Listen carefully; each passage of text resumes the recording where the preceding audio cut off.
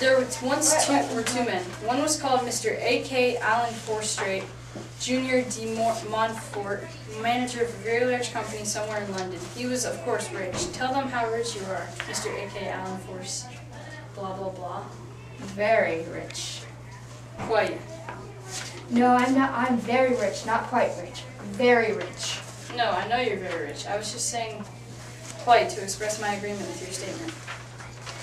Oh yeah, I knew that. Sadly, he was also not very bright. The second man was called Gilbert J. Hemingway and had absolutely nothing of special value except his brain.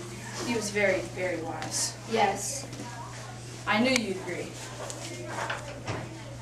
So did I. Isn't that extraordinary? I wonder if there's something strange, bibliographical, telegraphic, extremely wonderful type personality, matrix thing here that caused us to think the same thought in exactly the same 70th of a second. No, I just think it was a coincidence.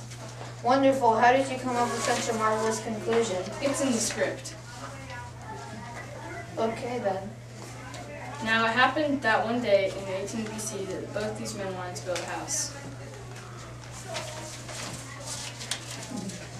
Yes, I built my house on a beach. A house, you know, walls, rooms, ceiling, etc. Oh yeah, that kind of house. So, they set off in search of a nice, pretty spot to build their house. Oh. 1, 2, 3.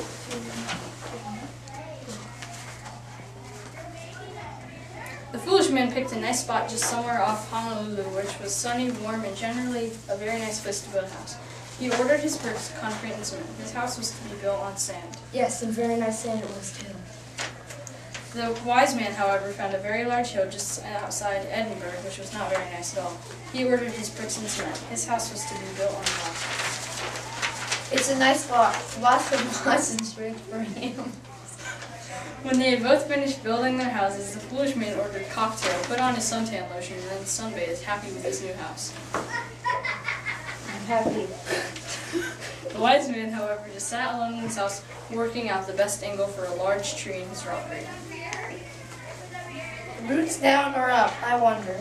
Just then, a storm brewed up on the richest man's island. It started to blow in a single gale. And then it started to rain.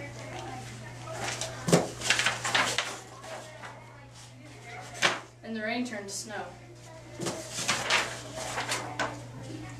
And the weather beat and bruised the foolish man's house, and the foolish man's house fell flat.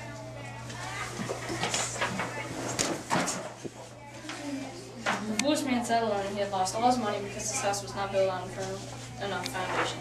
The wise man, however, had by coincidence had a very similar storm. It was very windy, and it began to rain. The rain turned to snow.